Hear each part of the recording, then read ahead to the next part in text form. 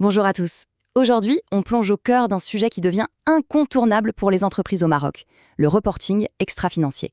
Ça peut paraître complexe, mais pas de panique. On va décrypter ensemble le guide officiel de l'AMMC, l'autorité des marchés, pour que tout devienne limpide. La grande question au fond, c'est celle-ci. Comment une entreprise marocaine peut-elle bien communiquer sur sa performance environnementale, sociale et de gouvernance? C'est un vrai enjeu, que l'on soit dirigeant, investisseur ou même collaborateur. Eh bien, la réponse, elle est là, noir sur blanc, dans le guide de l'AMC. C'est ce document qui fixe les règles du jeu. C'est un peu notre feuille de route pour comprendre comment bâtir un reporting ESG qui soit à la fois crédible et transparent. Alors, voilà notre programme. D'abord, on va poser les bases du reporting ESG.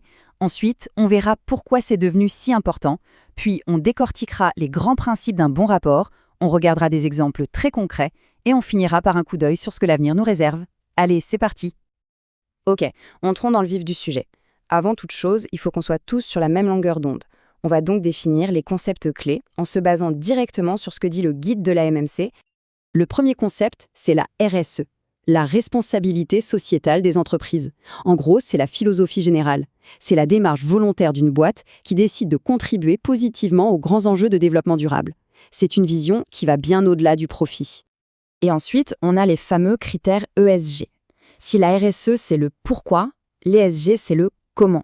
C'est la boîte à outils, les trois axes, environnemental, social et de gouvernance, que la communauté financière utilise pour vraiment mesurer la performance d'une entreprise sur ces sujets. Alors on peut se demander, mais pourquoi l'AMMC insiste autant là-dessus? Eh bien la réponse est simple, ce n'est pas juste pour cocher une case, c'est un vrai levier stratégique. Le guide de la MMC est très clair sur les bénéfices. Un bon reporting ESG, ça aide à mieux anticiper les risques. Ça facilite l'accès au financement, parce que les investisseurs sont de plus en plus regardants. En interne, ça fédère les équipes autour d'un projet commun. Et au final, ça donne un vrai avantage concurrentiel et ça renforce la réputation. Bon, maintenant qu'on a vu le pourquoi, voyons le comment. Pour qu'un rapport ESG soit vraiment pris au sérieux, l'AMC a défini 6 principes clés. On peut les voir comme les 6 piliers de la crédibilité. Les voici. 1. La fiabilité. Les données doivent être solides, vérifiables. 2. La clarté. Il faut que ce soit simple à comprendre. 3. L'équilibre. On parle des succès, mais aussi des défis. 4. La comparabilité pour suivre les progrès et se comparer aux autres. 5. La matérialité. On se concentre sur ce qui est vraiment important. Et 6. La ponctualité. On publie à temps, tout simplement. Prenons un instant le principe de clarté. Le guide insiste bien là-dessus. L'info doit être facile d'accès pour tout le monde, pas seulement pour les experts. Fini le jargon incompréhensible, on veut une structure logique et des explications limpides. Et ça, c'est un exemple parfait. Le sommaire du rapport 2024 de Maghreb Style. C'est simple, c'est direct. En un clin d'œil, on sait exactement où aller chercher une info sur la gouvernance ou le capital humain. C'est ça, la clarté en action. C'est efficace. Un autre principe super important, c'est la comparabilité.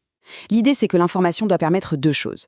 De suivre ses propres progrès d'une année sur l'autre et de se situer par rapport aux autres acteurs de son secteur. C'est comme ça qu'on mesure vraiment si on avance. Regardez cette illustration avec l'ONCF. C'est un extrait de leur rapport. On voit tout de suite l'évolution entre 2022 et 2023. Les émissions de gaz à effet de serre qui baissent, la consommation d'eau aussi. Les chiffres parlent d'eux-mêmes, c'est net, c'est précis et ça démontre des progrès concrets. Bon, assez de théorie, voyons ce que ça donne dans la vraie vie.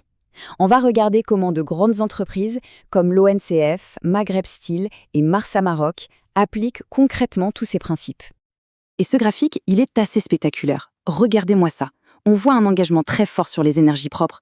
90% pour les trains de l'ONCF, 92% pour la production de Maghreb Style et Marsa Maroc qui atteint même les 100% sur une partie de ses activités. C'est impressionnant. Mais ce n'est que la partie visible de l'iceberg. Parce que les stratégies ESG, ça va bien au-delà de l'énergie. On parle de réduction de l'empreinte carbone, bien sûr, mais aussi de la gestion de l'eau, de l'économie circulaire, de l'engagement auprès des communautés et même d'innovation financière. Voyons quelques exemples qui sortent du lot. Tenez, Maghreb Style. Grâce à leur technologie Magreen qui mise sur le recyclage et l'énergie éolienne, ils ont réussi à réduire l'empreinte carbone de leur acier brut de 85% depuis 2017. C'est juste énorme comme performance. De son côté, l'ONCF a innové sur le plan financier.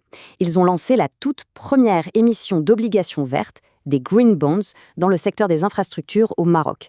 C'était pour refinancer le projet du TGV Alborak. Ça montre que l'engagement ESG, il peut aussi se nicher dans les stratégies de financement. Et n'oublions pas le S de ESG, le social. Prenez Marsa Maroc. En s'associant à la fondation Zakura pour créer une école, l'entreprise montre que sa stratégie a un impact direct, concret et positif sur le terrain, pour les communautés. Alors, quelle est la suite? Parce que le reporting ESG, ce n'est pas un exercice figé.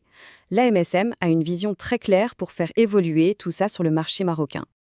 L'approche de la MMC, elle est à la fois pragmatique et ferme. On avance pas à pas, de manière adaptée au contexte marocain, mais surtout, elle repose sur 2 outils très puissants.